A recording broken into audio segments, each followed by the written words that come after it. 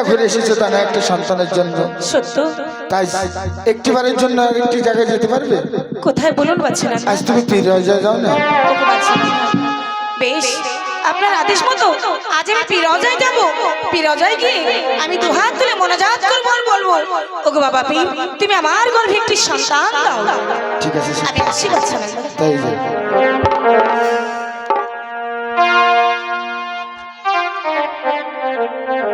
এই তো সে আমার পীরজা।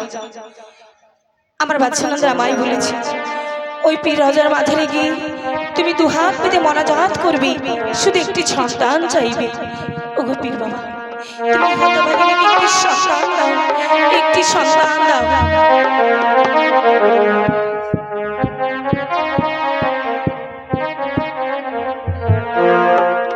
সে হেলাম জানাই দরবারে পীর বাবাজি, তুমি অন্তরে যাবে রবের আলামিন। সে হেলাম জানাই দরবারে পীর বাবাজি, তুমি অন্তরে যাবে রবের আলামিন। তুমি অন্তরে যাবে রবের আলামিন।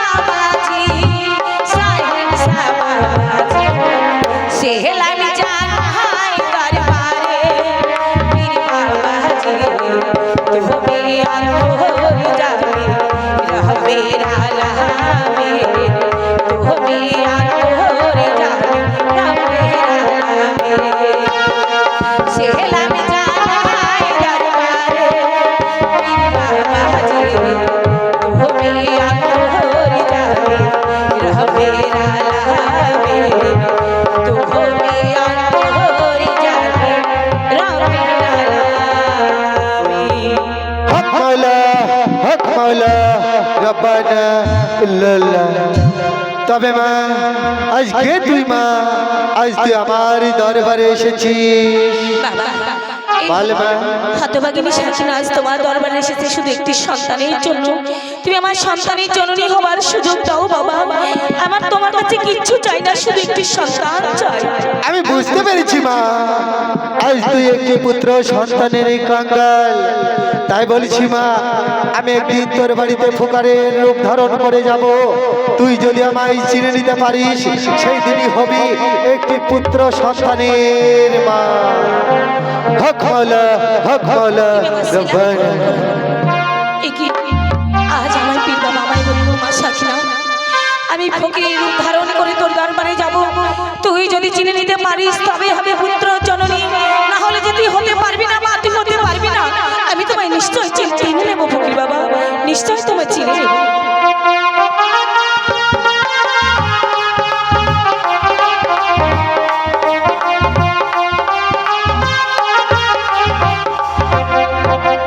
আজ আজ অনেকক্ষণ হয়ে গেল সাকিনা গিয়েছে সে ফিরে যায়। আসসালামু আলাইকুম বাচ্চানন্দা। ওয়ালাইকুম আমি দরবার থেকে ফিরে এসেছি। ফিরে এসেছে তাহলে? হ্যাঁ বাচ্চানন্দা। আজ তোমার মানত করা হয়েছে? হয়েছে বাচ্চানন্দা।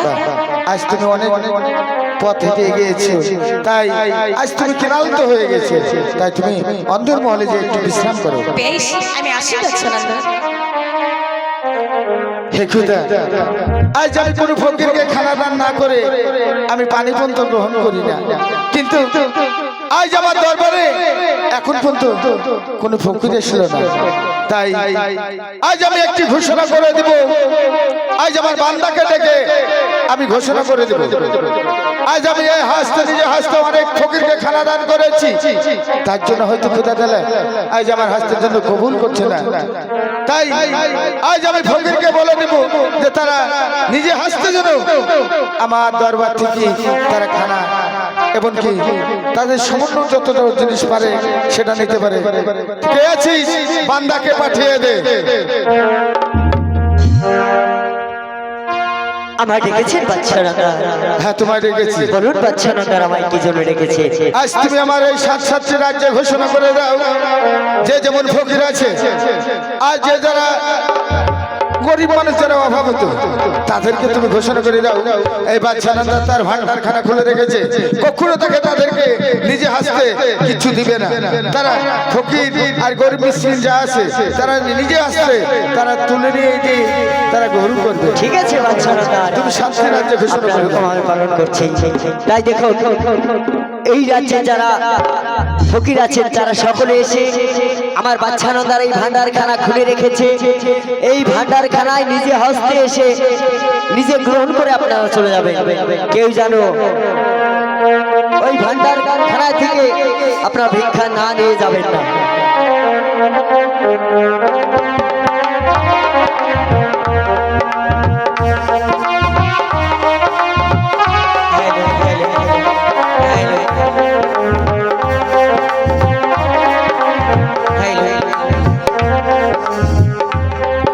ও স্বামী, এই শোনো, এই রাস্তা ধরে সোজা চলে